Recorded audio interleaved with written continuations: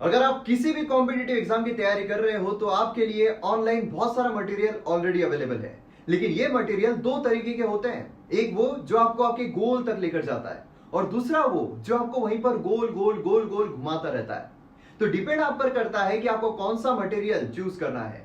MM academy app ये एक ऐसा प्लेटफॉर्म है जहां पर आपको हाईएस्ट क्वालिटी कंटेंट के जो वीडियोस है वो देखने को मिलेंगे, जहां पर मेरे द्वारा बहुत सारे कोर्सेज आपके लिए लाए जा रहे हैं। जैसे कि मॉडर्न हिस्ट्री का कोर्स ऑलरेडी कंप्लीटली अवेलेबल है, उसी के साथ साथ पॉलिटी का कोर्स चल रहा है, एथिक्स का कोर्स चल रहा है, करंट अफेयर का कोर्स चल रहा है और आने वाले दिनों में और भी सारे कोर्सेज जो है जैसे कि ज्योग्राफी, इकोनॉमी, एनवायरमेंट, बहुत सारे कोर्सेज आपके लिए आने वाले हैं और ये कोर्सेज हाईएस्ट क्वालिटी के रहेंगे जो आपको आपकी प्रिपरेशन में काफी ज्यादा हेल्प करेंगे। तो आप एमएम एकेडमी ऐप को डाउनलोड कीजिए और जो डेमो लेक्चर्स है उन्हें एक बार देखिए। उसी के साथ साथ आपको प्रिपरेशन में हेल्प करने के लिए जो पीडीएफ है वो भी अवेलेबल रहेगी, जहां से आप रिवाइज कर सकते हो, क्योंकि रिवीजन ये बहुत ज्यादा इंपॉर्टेंट होती है। और एमएम एकेडमी ऐप ये पहला प्लेटफॉर्म है जहां पर स्टूडेंट्स के साथ इंडिविजुअली मैं लाइव इंटरेक्ट करता हूं, जहां पर उनके जितने भी डाउट्स होंगे, भले वो एकेडमिक हो या पर्सनल हो, वो सब मैं सॉल्व करता हूं। तो जल्द से जल्द डाउनलोड कीजिए एमएम एकेडमी ऐप और वीडियोस को एंजॉय कीजिए। ये देखिए दोस्तों, क्या जबरदस्त बात बोली गई है कि only I can change my life, no one can do it for मी।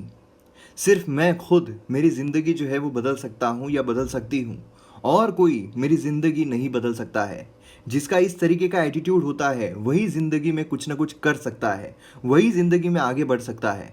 जितना हम दूसरों पर डिपेंडेंट रहेंगे, जितना हम ये सोचेंगे कि इसके वजह से मेरी ज़िंदगी जो है वो बदल सकती है, या फिर इसके वजह से मेरी ज़िंदगी जो है वो बदली है, इसके वजह से ये हो सकता है, उसके वजह से हो सकता है, जब तक हम ये बोलते रहेंगे तब तक हम खुद हमारी जो ज़िंदगी है उसे लीड नहीं कर सकते हैं। और अगर हम ही हमारी ज़िंदगी को लीड नहीं करेंगे तो मतलब हम कभी लीडर बन ही नहीं सकते हैं। हमें पहले खुद का लीडर बनना पड़ेगा, तब जाकर हम दूसरों को इंस्पायर कर सकते हैं। हमेशा ध्यान में रखिए कि हम खुद हमारी ज़िंदगी जो है वो बदल सकते हैं।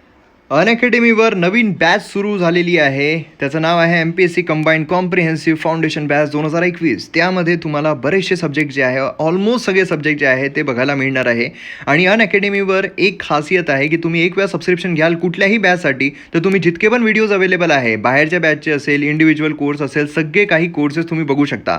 माझे सुद्धा कोर्सेस अवेलेबल आहे, बरेचसे कोर्सेस अवेलेबल आहे। माझा एक नवीन कोर्स सुरू होत आहे आणि तो अवेलेबल आहे जे मॅप बेस्ड एक्सरसाइज आहे त्यावर, ते सुद्धा कोर्स तुम्ही एन्जॉय करू शकता। आजपासून तो कोर्स सुरू होत आहे। तर जॉग्राफी असेल, पॉलिटी असेल, त्याचबरोबर मराठी ग्रामर असेल, जनरल सायन्स असेल, कुठलेही कोर्स असेल तुम्ही ते एन्जॉय करू शकता। आणि लवकरात लवकर सबस्क्रिप्शन घ्या। 1 महिन्याचा, 3 महिन्याचा, 6 महिन्याचा, 12 महिन्याचा, 24 महिन्याचा अवेलेबल आहे। आता यामध्ये जर तुम्ही 24 महिन्याचा घेता तर 24 मंथचं सबस्क्रिप्शन आहे 8400 ला, आणि त्यामध्ये 10% डिस्काउंट मिळेल जर तुम्ही कोड वापराल MMBIN। MMBIN हा कोड वापरून तुम्ही इथे डिस्काउंट जे आहे ते घेऊ शकता आणि डिस्काउंट आल्यावर तुम्हाला पडेल 7560चं। तर जर आपण बघितलं पर मंथ किती पडत आहे, तर पर मंथ आपल्याला पडत आहे फक्त 315 रुपये पर मंथ। पर दिवस किती पडत आहे, 10.5 रुपये पर डे इतकं आपल्याला बघायला मिळत आहे। तर लवकरात लवकर सबस्क्रिप्शन घ्या आणि व्हिडिओजला एन्जॉय करा। जय हिंद दोस्तों, स्वागत है आप सभी का इस वीडियो में। आज हम 10 जून का जो एनालिसिस है वो देखने वाले हैं। काफ़ी इंटरेस्टिंग आर्टिकल्स है, इस वीडियो को आपके सामने प्रेजेंट करूंगा मैं, मयूर मोगरे। सबसे पहले मैप बेस्ड एक्सरसाइज देखते हैं। तो यहाँ पर ये जो स्टेट है, ये स्टेट कौन सा है ये आपको बताना है। तो आपको करना क्या है, वीडियो को पॉज करना है, स्टेट के रिगार्डिंग इन्फॉर्मेशन लिखना है और फिर वीडियो को रिज्यूम करना है। आप मुझे फेसबुक, इंस्टाग्राम पर भी फॉलो कर सकते हो। पीडीएफ और वीडियो अपडेट्स के लिए आप मुझे टेलीग्राम पर फॉलो कर सकते हो, लिंक सभी की डिस्क्रिप्शन में दी हुई है। तो आइए यहाँ पर एक्सप्लेन सेक्शन देखते हैं। तो एक्सप्लेन सेक्शन में ये वाला जो आर्टिकल है, व्हाट्सएप पर जो क्लिक टू चैट वाला ऑप्शन आया है उसके बारे में बात कर रहा है। तो ये क्या है बेसिकली देखेंगे और इसमें कुछ प्रॉब्लम्स है क्या वो भी समझने की कोशिश करेंगे। ये वाला आर्टिकल इंडिया के फॉरेक्स रिजर्व के बारे में बात कर रहा है। तो इस आर्टिकल के थ्रू हम इंडिया के फॉरेक्स रिजर्व को समझेंगे, क्यों इंडिया का फॉरेक्स रिजर्व जो है वो बढ़ रहा है वो देखेंगे, और काफ़ी सारी इकोनॉमिक टर्म जो है हमें इसके थ्रू देखने को मिलने वाली है। अगर हम एडिटोरियल पेज और आइडियाज पेज देखते हैं तो ये वाला जो आर्टिकल है इंडिया नेपाल रिलेशंस के बारे में बात कर रहा है। तो इसे हम अच्छी तरीके से देखेंगे, हमारे जीएस पेपर 2 जो इंटरनेशनल रिलेशंस है उसके लिए काफ़ी काम आएगा। उसी के साथ साथ ये पीएम केयर्स के बारे में बात कर रहा है। पीएम केयर जो है, ऐसा बोला गया है कि पीएम केयर्स ये जो फंड यहाँ पर लिया गया था, जो डोनेट इतने सारे लोगों ने किया था, तो वो आरटीआई के अंडर में नहीं आता है। तो इसी चीज़ पर इस आर्टिकल के थ्रू हम बात करेंगे। उसी के साथ एक्स्ट्रा इन्फॉर्मेशन के तौर पर जो आरटीआई एक्ट है वो भी मैं आपको यहाँ पर डिटेल में बताऊँगा। यहाँ पर अपना आपने क्या किया, आपने क्या किया। अब यहाँ पर आप देखो कि आपने मतलब ये कोई पॉलिटिकल पार्टी को नहीं बोल रहे हैं।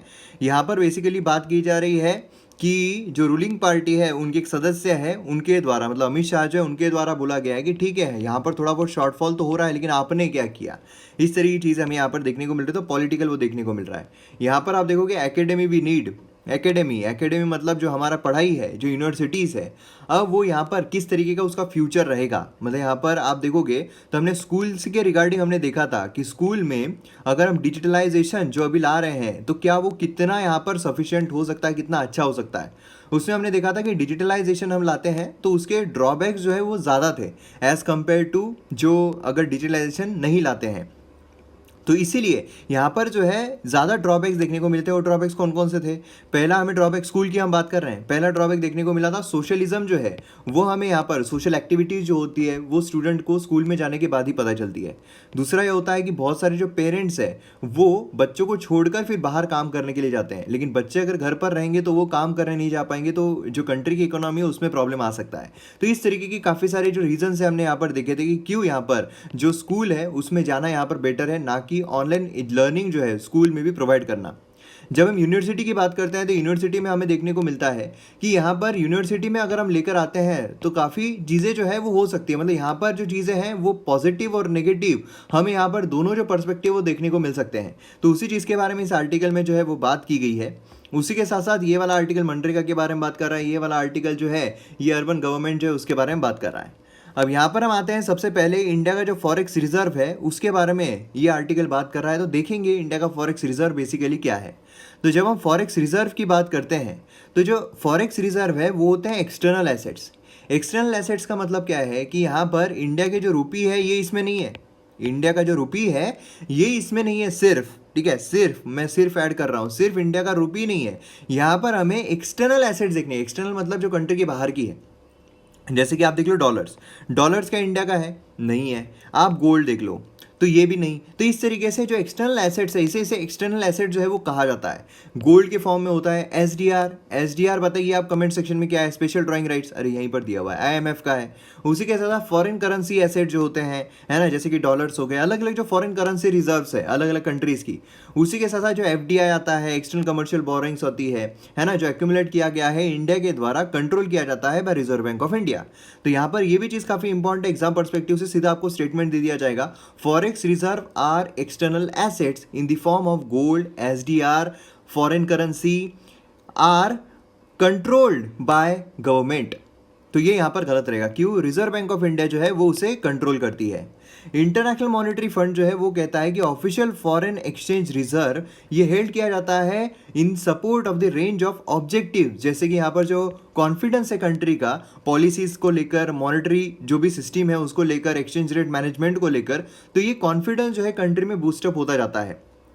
मतलब कि फॉर एग्जांपल यहाँ पर अगर आप देखोगे तो जो फॉरेक्स रिजर्व है, फॉरेक्स रिजर्व अगर बहुत ज़्यादा है, डॉलर अगर जो हमारी मतलब आरबीआई है उसके पास अगर बहुत ज़्यादा है, तो क्या हो सकता है कि हमारे यहाँ पर जो पैसा है मतलब हमारे पास ज़्यादा है ना, जो कंट्री उसके पास ज़्यादा है, तो जो कंट्री है मतलब जो गवर्नमेंट है उसे यहाँ पर डरने की ज़रूरत नहीं होती है। जो यहाँ पर पॉलिसीज़ है, मतलब सरकार जो है पॉलिसी लेकर आ सकती है कि हमें यहाँ पर इतना बांटना है, हमें यहाँ पर इतना बांटना है। मॉनेटरी और एक्सचेंज रेट मैनेजमेंट के लिए भी काम आता है। एक्सचेंज रेट के लिए किस तरीके से काम आता है तो यहाँ पर मैं शॉर्ट में बताता हूँ, क्योंकि कई बार हमने ये चीज़ जो है वो एक्सप्लेन की है मैंने आपको एग्जांपल के थ्रू कि किस तरीके से एक्सचेंज रेट में भी ये काम आता है। अब यहाँ पर बेसिकली एक्सचेंज रेट चलता किस पर है? डिमांड और सप्लाई पर चलता है। डिमांड बढ़ जाएगी तो बट ऑब्वियस है कि उसकी जो प्राइजेस है वो बढ़ जाएगी। अगर यहाँ पर जो सप्लाई है वो बढ़ जाएगी तो जो प्राइजेस है वो क्या हो जाएगी? कम हो जाएगी। बस इतना आपको समझ में आ गया। अब यहाँ पर आपको समझ में आ जाएगा बेसिकली होता क्या है। अब फॉर एग्जाम्पल फर्ज कीजिए कि अगर जो डॉलर्स है उसका सप्लाई हम यहाँ बहुत ज़्यादा बढ़ा देते हैं। मतलब यहाँ पर क्या करेगा फॉरेक्स रिजर्व, मतलब जो हमारा आरबीआई है, कि यहाँ पर जो डॉलर्स उनके पास पड़े हैं वो मार्केट में बहुत ज़्यादा डाल देगा। मतलब यहाँ पर क्या हुआ, सडनली जो सप्लाई बढ़ गया, सप्लाई बढ़ गया तो डॉलर के मुकाबले जो रुपी है, रुपी यहाँ पर ताकतवर हो जाएगा, क्योंकि डॉलर की जो रेट है वो यहाँ पर नीचे खसर जाएंगे, है ना। तो ये हमें देखने को मिलता है। उसी के साथ साथ यहाँ पर क्या होगा कि जो करेंसी है, कोई भी करेंसी हम यहाँ पर मैनिपुलेट कर सकते हैं। अभी अगर आप देखो कि इंडियन रुपी जो है वो नीचे जा रहा है, लेकिन हमें इतनी डरने की जरूरत नहीं, आरबीआई भी नहीं डर रहा है कि जितना नीचे जाना है जाने दो, हमारे पास यहाँ पर फॉरेक्स रिजर्व इतना ज़्यादा है कि हम यहाँ पर उसे स्टेबलाइज कर सकते हैं। तो अब यहाँ पर रिजर्व बैंक ऑफ इंडिया जो है उसके हाथ में सब कुछ होता है। तो रिजर्व बैंक फंक्शन करता है एज ए कस्टडियन, ठीक है, एज अ कस्टडियन जो है फंक्शन करता है। आप मुझे कमेंट सेक्शन में बताइए कि जो हमारा कॉन्स्टिट्यूशन है उसका एज अ गार्डियन और एज अ कस्टडियन कौन यहाँ पर उसका रोल कौन अदा करता है, तो यहाँ पर आप मुझे ज़रूर बताइएगा। अब यहाँ पर आप देखोगे as a custodian reserve bank of India जो है फंक्शन करता है फॉरेक्स रिजर्व का, है ना, कस्टडियन के तौर पर। और उसी के साथ साथ यहाँ पर जो फ्रेमवर्क होते हैं गवर्नमेंट के साथ मिलकर वो अग्री करता है। आरबीआई अलोकेट करता है डॉलर्स फॉर स्पेसिफिक पर्पस, जैसे कि लिबरलाइज रिमिटेंस स्कीम अगर करना है, इंडिविजुअल को अलाउ किया जाता है कि आप रिमिट कर सकते हो 2.5 लाख एवरी ईयर डॉलर्स। ठीक है, आप रिमिट कर सकते हो, आप किसी को भेजना है भेज सकते हो, कुछ करना है आप कर सकते हो, है ना। आरबीआई जो है अपना फॉरेक्स किटी जो है इस्तेमाल करता है for orderly movement of rupee. जो अपना रुपी होता है उसका अगर ऑर्डरली कोई मूवमेंट करना है तो उसके लिए ये फॉरेक्स किटी जो है उसका इस्तेमाल करता है। वो डॉलर जो है उसे बेचता है, खरीदता है। रुपी जो है जब वो वीकन हो जाता है, डॉलर क्या करेगा, वो बेचेगा जब रुपी वीक हो जाएगा।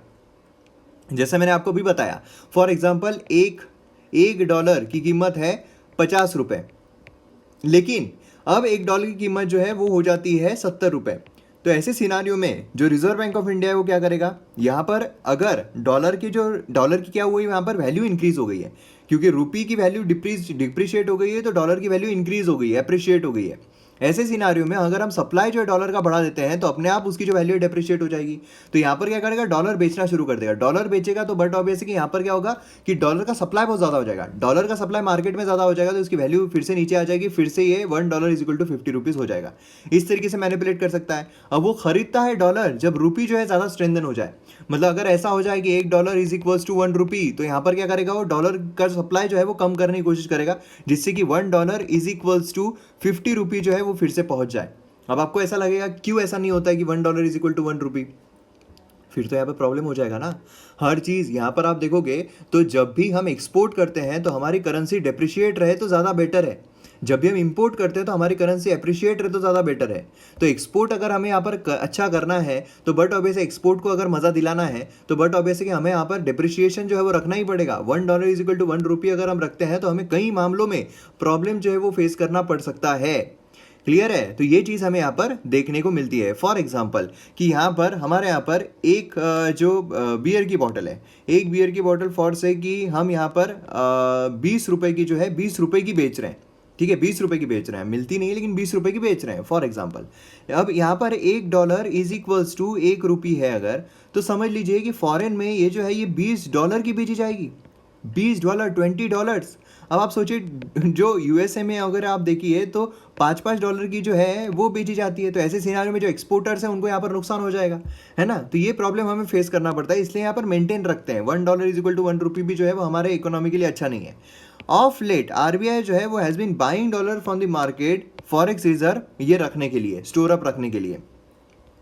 अब यहाँ पर reserve bank of India act जो है 1934 का वो प्रोवाइड करता है ओवर रीचिंग लीगल फ्रेमवर्क, यहाँ पर जो रिजर्व है डिफरेंट फॉरेन करेंसी एसेट में रखने के लिए, और गोल्ड जो है within the broad parameters of currency instrument issuers counter parties. तो यहाँ पर बेसिकली क्या है कि आरबीआई जो उसके हाथ में है कि कौन सी उसमें उसे रखना है। ऐसा नहीं होता है कि यहाँ पर क्या किया उसने डॉलर जो है वो जमा करके रख दिए, कुछ उसमें फ़ायदा हो रहा है क्या, नहीं हो रहा है। तो कभी कभार आरबीआई जो है वो क्या करता है कि ये जो है इंस्ट्रूमेंट्स में रख देता है, मतलब गोल्ड में आप समझ लीजिए या फिर कोई और फॉरेन करेंसी जो है उसके इंस्ट्रूमेंट्स में बोल दीजिए, जिससे कि उससे क्या होगा आरबीआई को उस पर इंटरेस्ट जो है वो मिलता रहेगा। जैसे कि फॉर एग्जाम्पल अगर गवर्नमेंट ने कोई बॉन्ड इशू किया, हमने वो बॉन्ड खरीदा तो हमें उस पर इंटरेस्ट जो है वो मिलता है। उसी तरीके से आरबीआई जो है वो भी ये कोशिश करती है कि हम कोई फॉरेन इसमें अगर इन्वेस्ट करके वो रखे हमारे रिजर्व, जिस पर हमें इंटरेस्ट जो है मिलता रहे तो ज़्यादा बेटर रहेगा। As much as 64% of the foreign currency reserve जो है हेल्ड होती है securities like treasury bill foreign countries, है ना। मैंने जैसे अभी आपको बताया कि जो ट्रेजरी बिल्स है, मतलब समझ लीजिए एक बॉन्ड ही आप समझ लीजिए जिस पर आपको प्रॉपर इंटरेस्ट मिलता रहता है। तो फॉरेन करेंसी के ट्रेजरी बिल्स इस तरीके की सिक्योरिटी जो उसमें हेल्ड किया जाता है 64% तक, जिसमें क्या होगा कि एकदम से हमें निकालने की जरूरत ना पड़े और हमारे पास लिक्विड जो है वो भी यहाँ पर अवेलेबल रहे, है ना, और हमें जो हमारा फॉरेन रिजर्व है उस पर हमें इंटरेस्ट भी मिलता रहे।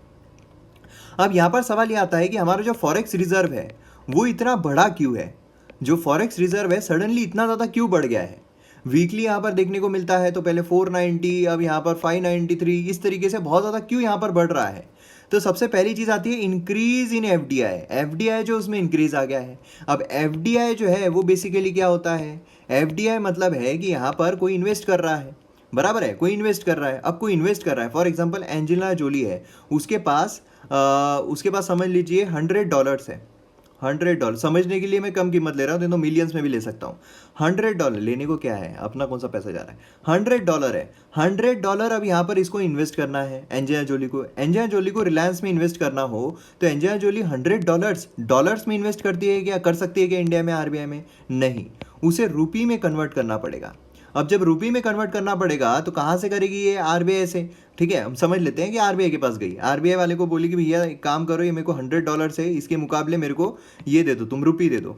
मतलब क्या हो रहा है यहाँ पर कि डॉलर जो है वो आरबीआई के पास जमा हो गए, है ना। तो इस तरीके से एफडीआई जब ज़्यादा आता है, ये सिर्फ समझाने के लिए मैंने आपको बताया लेमन लैंग्वेज में, एफडीआई जब इंक्रीज हो रहा है तो बट ऑब्वियस है कि यहाँ पर फॉरेक्स रिजर्व इंक्रीज होता है।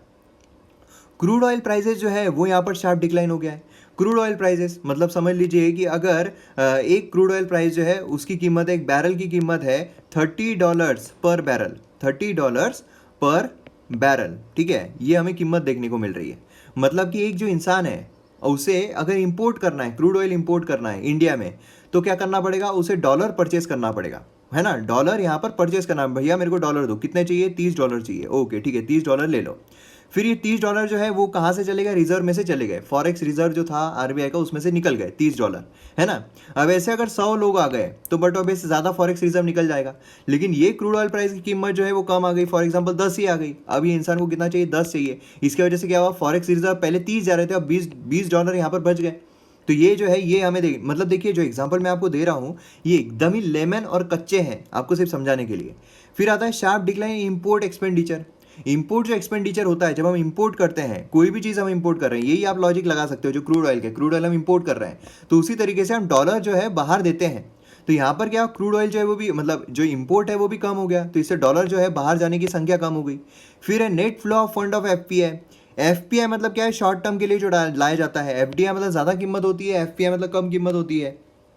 ये मैंने आपको कई बार एक्सप्लेन किया है। एफपीआई जो है उसका नेट इन्फ्लो यहाँ पर कम हो गया, मतलब बढ़ गया, तो उसके वजह से भी अब यहाँ पर जब कीमत आएगी तो बट ऑब्वियस है डॉलर जो है वो यहाँ पर फॉरेक्स रिजर्व में जाएंगे, रुपी जो है वो बाहर निकलेंगे।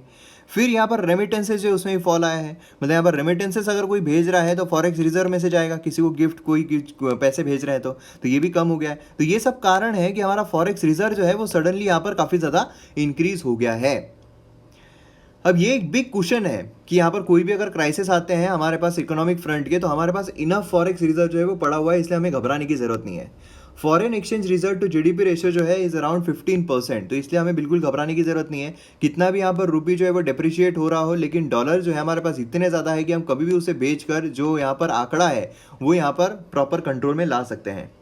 रिजर्व जो है यहाँ पर लेवल ऑफ कॉन्फिडेंस प्रोवाइड करता है मार्केट में, कंट्री की जो गवर्नमेंट है उसको भी यहाँ पर एक कॉन्फिडेंस प्रोवाइड करता है कि हाँ हमारे पास पैसा है और हम यहाँ पर लोगों के लिए खर्च कर सकते हैं। तो यहाँ पर लोगों के लिए जो खर्च करना है तो सरकार यहाँ पर बिंदास अपने जो पैंथरे हैं वो कर सकती है और जो भी उन्हें खर्च करना है वो कर सकती है। तो अब आपको समझ में आ गया कि किस तरीके से फॉरेक्स रिजर्व बढ़ने के कारण क्या है, फॉरेक्स रिजर्व होता क्या है और यहाँ पर फॉरेक्स रिजर्व जो है वो ज़्यादा होने की वजह से फ़ायदा क्या होता है।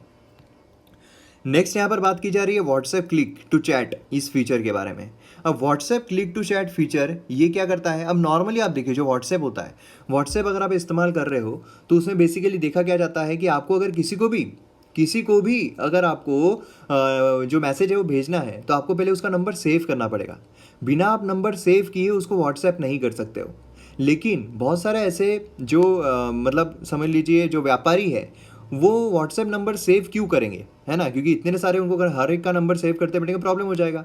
अब यहाँ पर आप देखोगे तो जो जियो है उसमें बहुत ज़्यादा इन्वेस्टमेंट फेसबुक की तरफ से आई है और फेसबुक व्हाट्सएप दोनों एक ही है। अब ऐसे सिनारियों में जो जियो मार्ट है वो कोशिश कर रहा है कि यहाँ पर जो व्यापार है वो बढ़ाया जा सके व्हाट्सएप के थ्रू। अब जब व्यापार को बढ़ाया जाए तो बट ऑब्वियसली कि व्यापारियों के लिए ज़्यादा बेनिफिशियल रहेगा कि बिना नंबर सेव किए भी आप किसी को मैसेज भेज सको। तो इसी को लेकर यहाँ पर लाया गया है feature WhatsApp click to chat feature. इसके तहत क्या होगा कि आप चैट कर सकते हो कि किसी से भी बिना उसका फ़ोन नंबर जो है वो आपके नंबर में सेव किए, मतलब एक लिंक जो है वो यहाँ पर जनरेट हो जाएगी, उस लिंक के साथ आप यहाँ पर चैटिंग जो है वो शुरू कर सकते हो। ठीक है, अब इंडिपेंडेंट साइबर सिक्योरिटी रिसर्चर जो है इंडिया का, उसने क्लेम किया है कि व्हाट्सएप वेब पोर्टल जो है उसने अराउंड 29,000 to 3 लाख जो व्हाट्सएप यूज़र नंबर है, मोबाइल नंबर, वो यहाँ पर एक्सेसिबल कर दिया है टू एनी इंटरनेट यूज़र। मतलब यहाँ पर नंबर समझ लीजिए आप लीक यहाँ पर हो गए हैं। तो ये चीज़ हमें यहाँ पर देखने को मिल रही है।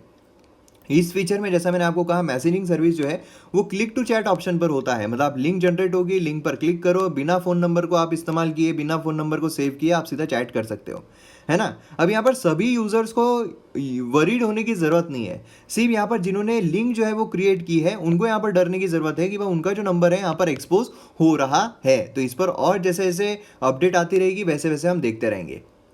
नेक्स्ट यहाँ पर बात की जा रही है पीएम केयर्स के बारे में। हमारे जीएस पेपर 2 के लिए इंपॉर्टेंट है, क्योंकि यहाँ पर राइट टू इन्फॉर्मेशन एक्ट जो है वो हम डिटेल में देखने वाले हैं। तो काफ़ी कॉम्प्रिहेंसिव ये जो आर्टिकल है हम कवर कर रहे हैं एक्स्ट्रा इन्फॉर्मेशन के साथ। अब यहाँ पर आप देखोगे मार्च 28 प्राइम मिनिस्टर नरेंद्र मोदी जो है उन्होंने एक सेपरेट फंड जो है उसे क्रिएट करने की बात की, जो कि कोविड-19 से डील करेगा। Prime minister citizen assistance and relief emergency situation fund, मतलब PM cares fund. Observer were quick to question the need of separate fund. यहाँ पर जो ऑब्जर्वर थे उनको ऐसा लगा कि भैया पहले ही जब हमारे पास prime minister's national relief fund है जो कि डिजास्टर में काम आता है, जब भी कोई बाढ़ आए, अर्थक्वेक आए या फिर ऐसी कोई कैलेमिटीज आ जाए, तो उस टाइम पर हमारे पास ऑलरेडी एक ऐसा फंड अवेलेबल है जिसका नाम है prime minister national relief fund. तो फिर क्यों हमें फिर से यहाँ पर एक सेपरेट फंड जो है वो क्रिएट करना पड़ रहा है, जो कि है PM cares fund. Prime minister national relief fund ये ज़्यादा रिप्रेजेंटेटिव है। मतलब इसमें आप देखोगे तो ज़्यादा जो पॉलिटिकल पार्टीज़ है, पॉलिटिकल लीडर्स है, वो इसमें इन्वॉल्व है। जैसे कि आप देखोगे कमेटी में हमें prime minister, president of India, president of Indian national Congress, मतलब मोस्ट ऑफ दी जो रिप्रेजेंटेटिव है, मतलब अपोजिशन पार्टी आप देख लीजिए, सभी यहाँ पर इंक्लूड होते हुए देखने को मिलते हैं। डिसीजन मेकर जो है पीएम केयर्स के लिए उसमें prime minister, finance minister, minister of home affairs and minister of defence, है ना। तो ये हमें यहाँ पर देखने को मिलते हैं। अब यहाँ पर आप देखो तो prime minister national relief fund जो है उसके पास ऑलरेडी अनयूज्ड कॉर्पस है of ₹3,800.44 crore as of 2019। Despite इसके जो मोदी जी है उन्होंने यहाँ पर prime minister PM cares fund जो है वो यहाँ पर क्रिएट किया और उसमें डोनेशंस मांगे। रिपोर्टेडली अगर देखा जाए तो इंडियन रेलवे जो है उसमें उन्होंने डोनेट किया है ₹151 करोड़। आर्मी बोलिए, नेवी बोलिए, एयरफोर्स बोलिए, डिफेंस बोलिए और पीएसयूज, एम्प्लॉयज, डिफेंस मिनिस्ट्री, उन्होंने कलेक्टिवली यहाँ पर डोनेट किए हैं 500 करोड़। उसी के साथ साथ सिग्निफिकेंट पोर्शन जो है इसका कंट्रीब्यूशन का वो वॉलंटरी रहा है। लेकिन कुछ गवर्नमेंट एम्प्लॉयज जो है उनको यहाँ पर वॉलंटरी चॉइस नहीं छोड़ी गई थी। कुछ जो यहाँ पर गवर्नमेंट एम्प्लॉयज है उनकी 1 दिन की सैलरी बोली है, 2 दिन की सैलरी बोली है, 1 महीने की सैलरी बोली है, काफ़ी लोगों ने इस तरीके की सैलरी, मोस्टली 1 दिन की सैलरी जो है वो यहाँ पर डोनेट की है। और उनको यहाँ पर ऑप्शन जो है वो भी नहीं दिया गया कि आपको यहाँ पर नहीं देना हो तो नहीं, सीधा जो हेड है उन्होंने यहाँ पर सबकी सैलरी जो एक साथ कट करके वहाँ पर डोनेशन जो है वो दे दिया। मतलब यहाँ पर आप देखो तो चीज़ें हमें क्या देखने को मिलती है कि जो फंड है ये हैंडल किया जा रहा है किसके द्वारा? गवर्नमेंट के द्वारा। किसके लिए हैंडल किया जा रहा है? गवर्नमेंट के लिए हैंडल किया जा रहा है। और इसमें जो डोनेशन है किसके द्वारा लिया जा रहा है? जो गवर्नमेंट ऑफिशियल्स है उनके द्वारा कंपल्सरीली लिया जा रहा है। मतलब यहाँ पर सब कुछ government government government government government देखने को मिल रहा है ना। अब ये मैं क्यों बोल रहा हूँ आगे आपको देखने को मिलेगा। जब यहाँ पर डोनेशन जो है वो टैक्स पेयर्स के फंड से दिया जा रहा है बाय गवर्नमेंट बॉडीज, और पब्लिक जो है उनको यहाँ पर पैसा कहाँ जा रहा है ये जानने का अधिकार तो होना चाहिए। मतलब यहाँ पर आप देखिए सब कुछ यहाँ पर पब्लिक अथॉरिटी के तौर पर हो रहा है, तो यहाँ पर लोगों को जानने का अधिकार तो होना चाहिए। भैया हमारे टैक्स के पैसों से आप यहाँ पर जो पैसे हैं वो सबमिट कर रहे हो, पैसा दे रहे हो, तो फिर ये पैसा जा कहाँ रहा है? ये प्रॉब्लमेटिक इशू पीएम केयर से अराइज हो रहा है कि उसमें ट्रांसपेरेंसी हमें देखने को नहीं मिल रही है। मोदी गवर्नमेंट जो उन्होंने यहाँ पर स्टेट किया है कि सीएजी जो है वो इसे ऑडिट नहीं करेगा इस फंड को, रैदर ये ऑडिट किया जाएगा बाय इंडिपेंडेंट ऑडिटर जो कि अपॉइंट किए जाएंगे बाय द ट्रस्ट। पीएमओ जो है उन्होंने इवन रिफ्यूज किया है कि यहाँ पर जो पीएम केयर्स पब्लिक फंड है इससे रिलेटेड डॉक्यूमेंट जो है वो भी यहाँ पर इशू करने से, मतलब एक जने ने जो आरटीआई याचिका है वो दाखिल की थी, आरटीआई राइट टू इन्फॉर्मेशन, कि बताइए कहाँ कहाँ पर खर्च हुआ है, वो भी खारिज कर दिया गया ये कहकर कि पीएम केयर्स जो है ये आरटीआई के अंडर में नहीं आता है। यहीं से सवाल पैदा होता है, यहीं से कंट्रोवर्सी खड़ी होती है। रिसेंट एनालिसिस देखा जाए बाय इंडिया स्पेंड, उन्होंने एस्टिमेट किया है कि एटलीस्ट 9,677.90 करोड़ जो है वो कलेक्ट किए गए हैं पीएम केयर्स फंड में। ऑफ दिस ₹4,308 करोड़ जो है वो डोनेट किए गए हैं बाय गवर्नमेंट एजेंसीज और स्टाफ। मतलब यहाँ पर आप देखिए कि ऑलमोस्ट यहाँ पर 50% अगर देखा जाए तो हमें देखने को मिल रहा है कि जो गवर्नमेंट अथॉरिटीज़ है, गवर्नमेंट एजेंसीज है, उनके द्वारा यहाँ पर डोनेट किया गया है। सेंट्रल गवर्नमेंट जो है प्रोक्योर कर रही है 5000 वेंटिलेटर्स राजकोट बेस्ड फर्म से, और उसी के साथ साथ उन्होंने वेंटिलेटर सप्लाई किए to Ahmedabad largest covid hospitals. ये जो मशीन्स है वो काफ़ी इनएडुकेट प्रूव हुई है ना, और इसीलिए है force Ahmedabad civil hospital to put out an SOS for actual ventilators. मतलब यहाँ पर जिसके तरफ ऑर्डर दिए जा रहे हैं वो यहाँ पर प्रॉपर तरीके से चीज़ें सप्लाई नहीं कर पा रहे। PM केयर फंड जो है अनाउंस करता है it would spending 2000 crore for the purchase of 50,000 main India ventilators, और उसी के साथ साथ यहाँ पर जो स्टैंडर्ड है वो भी कुछ प्रूव नहीं हो पाया कि वो अच्छे स्टैंडर्ड्स के हैं या नहीं है। तो इस तरीके से चीज़ें हमें PM केयर्स फंड की जो है वो देखने को मिल रही है। अब यहाँ पर RTA के बारे में जब हम देखते हैं तो RTA के बारे में पता चलता है कि RTA बेसिकली क्या है। अब देखिए, जो सरकार है वो टैक्स पेयर्स का पैसा ले रही है, मतलब टैक्स जो है हमसे मांगती है, और फिर ये जो पैसा होता है ये पैसे के थ्रू यहाँ पर होता क्या है, ये पैसा जो है वो स्पेंड किया जाता है। सही है, ये पैसा जो है वो स्पेंड किया जाता है। तो यहाँ पर जो जनता है, मतलब हम लोग हैं, हमारे जो सब टैक्स जो है वो लिया जा रहा है, और ऐसा नहीं है कि कोई इनकम टैक्स पे नहीं कर रहा है तो टैक्स पे नहीं करता है। GST हर कोई पे करता है, गरीब से गरीब इंसान, अमीर से अमीर इंसान। तो इसलिए टैक्स जो है वो हर इंसान सरकार को देता है, इसलिए हर इंसान को अधिकार है जानने का कि जो पैसा है वो कहाँ जा रहा है। तो जब भी कोई इंसान जो है वो पूछता है कि भैया इतने पैसे मेरे से ले लिए, कहाँ खर्च किए बताओ, या फिर सरकार बोलेगी अगर नहीं हमको नहीं बताना है, तो फिर हर इंसान के मुंह से क्या निकलेगा। खैर, तो यहाँ पर RTA एक्ट 2005 अगर हम देखते हैं तो उसकी ज़रूरत क्या थी।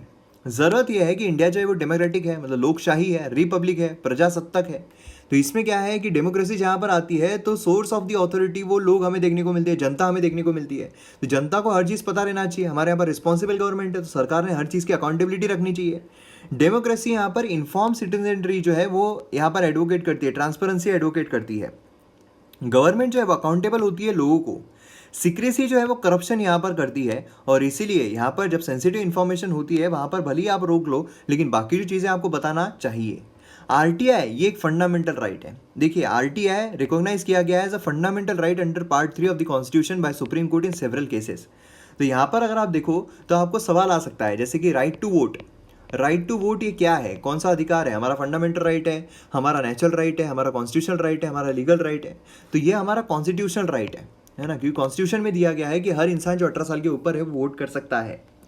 तो यहाँ पर अगर आपको पूछा जाए कि RTI ये कौन सा अधिकार है, तो ये हमारा फंडामेंटल राइट है, ना कि कॉन्स्टिट्यूशनल राइट है, ना कि लीगल राइट है, ना कि नेचुरल राइट है, हमारा फंडामेंटल राइट है under part 3 of the constitution. Supreme court ने कहा है अंडर आर्टिकल 19।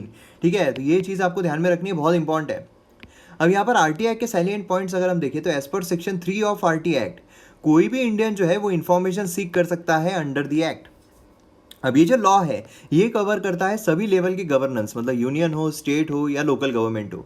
अब यहाँ पर कौन सी अथॉरिटी आएगी, अब यहाँ पर हमें जानने को मिलेगा PM केयर जो है ये आता है या नहीं आता है। तो कोई भी अथॉरिटी या बॉडी या इंस्टीट्यूशन या सेल्फ गवर्नमेंट जो स्टैब्लिश की गई है, कॉन्स्टिट्यूट की गई है अंडर द कॉन्स्टिट्यूशन, कॉन्स्टिट्यूशन के अंडर में की गई है, या फिर NGO या फिर प्राइवेट इंस्टीट्यूशन जिन्हें सब्सिस्टेंशियल फंडिंग मिल रही है गवर्नमेंट की तरफ से। मतलब समझ लीजिए कि पब्लिक अथॉरिटी, मतलब कि अगर कोई इंस्टीट्यूशन कॉन्स्टिट्यूशन के हिस्से बनाई गई है, कॉन्स्टिट्यूशन में समझ लीजिए इलेक्शन कमीशन है, UPSC है ना, तो सुप्रीम कोर्ट, तो इस तरीके से जो भी यहाँ पर बॉडीज़ है कॉन्स्टिट्यूशन के तहत बनाई गई है वो सब इसके अंडर में आएगी। मतलब उन सबको यहाँ पर जो आम इंसान है वो यहाँ पर पूछ सकता है, RTI मांग सकता है। उसी के साथ साथ इंटेलिजेंस और सिक्योरिटी ऑर्गेनाइजेशन जो है, जो सेकेंड शेड्यूल में स्पेसिफाई किए गए हैं वो एग्जाम्प्ट किए जाते हैं। लेकिन एग्जाम्प्ट किए जाते हैं मतलब आप क्या है, आप यहाँ पर नहीं सिक्योरिटी से रिलेटेड चीज़ें नहीं पूछ सकते हो कि आपने जो सर्जिकल स्ट्राइक है वो कैसे किया, ये नहीं पूछ सकते हो। लेकिन अगर उसमें करप्शन हो रहा है, करप्शन से रिलेटेड कोई चीज़ें हैं तो वो यहाँ पर मांगी जाएगी। ह्यूमन राइट से चीज़ें हैं तो वो मांगी जाएगी। ये काफ़ी इंपॉर्टेंट चीज़ है एग्जाम पर्सपेक्टिव से।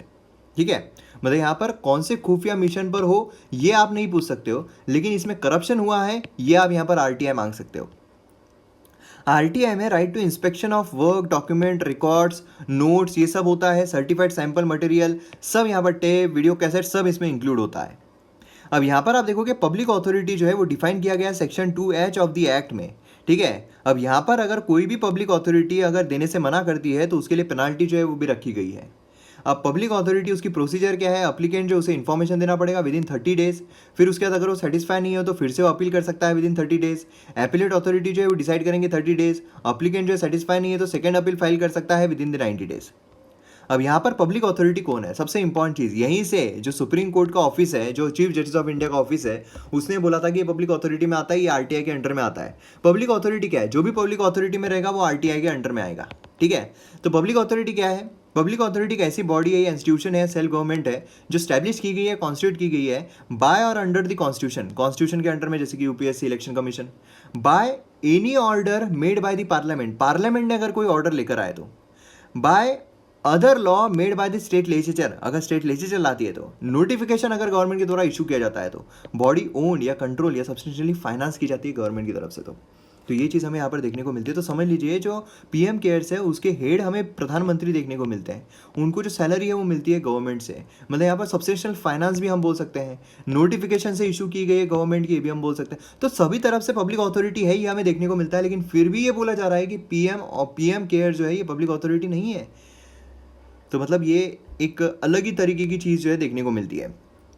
अब यहाँ पर पब्लिक सर्वेंट और कॉमन इंसान जो है किस तरीके से इस एक्ट को देखते हैं, तो कॉमन इंसान ये एम्पावर्ड फील करता है कि भैया हम यहाँ पर जो है, हम यहाँ पर किसी भी सरकार को पूछ सकते हैं कि तुमने ऐसा क्यों किया, है ना। उसी के साथ साथ यहाँ पर कॉन्सेंट्रेशन ऑफ पावर जो डिसमेंटल यहाँ पर कर दिया जाता है कि भैया यहाँ पर एक ही हाथ में पावर नहीं है, लेकिन इस तरीके से अगर हरकतें होगी कि पीएम केयर जो है नहीं आता है तो फिर ये क्या होगा, कॉन्सेंट्रेशन ऑफ पावर ही हो रहा है। अथॉरिटी जो है मोस्टली थ्रेटेंड महसूस करती है कि भैया हम पर कभी भी आरटीआई जो आ सकता है कि तुमने ऐसा क्यों किया है, पूछा जा सकता है, ये सारी चीज़ें हो सकती है। तो ये हमें देखने को मिलता है, क्लियर है, अननेसेसरी इंटरफेरेंस जो है ऐसा उन्हें लगता है।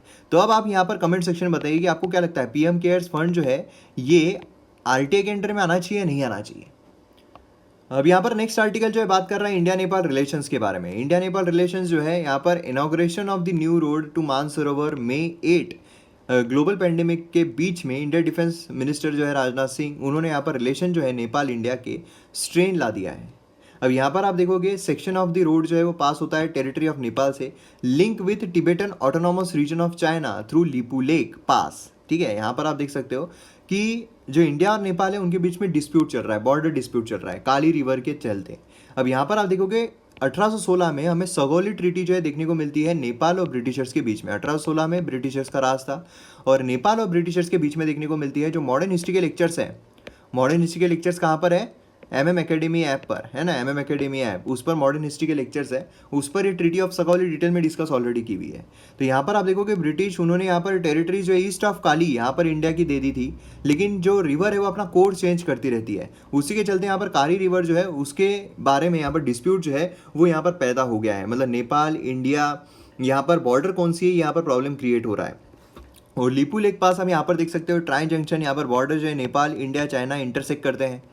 अब डिस्प्यूट जो है काला पानी एरिया ये लास्ट 7 डिकेड से हमें देखने को मिल रहा है ना, लेकिन अभी रिसेंट टाइम्स में देखा जाए तो काफ़ी ज़्यादा यहाँ पर जो प्रॉब्लम्स है वो क्रिएट हो गए हैं। इशू जो है of Indian presence in area वो फ्रंट लाइन में आया नेपाल पॉलिटिक्स, यहाँ पर डेमोक्रेसी जब वहाँ पर आई 1990 में, उसी के साथ साथ नेपाल और इंडिया जो उन्होंने रिकॉग्नाइज किया है आउटस्टैंडिंग बॉर्डर इशू, यहाँ पर ऑप्टिमल रिजोल्यूशन जो है वो यहाँ पर होना चाहिए, है ना।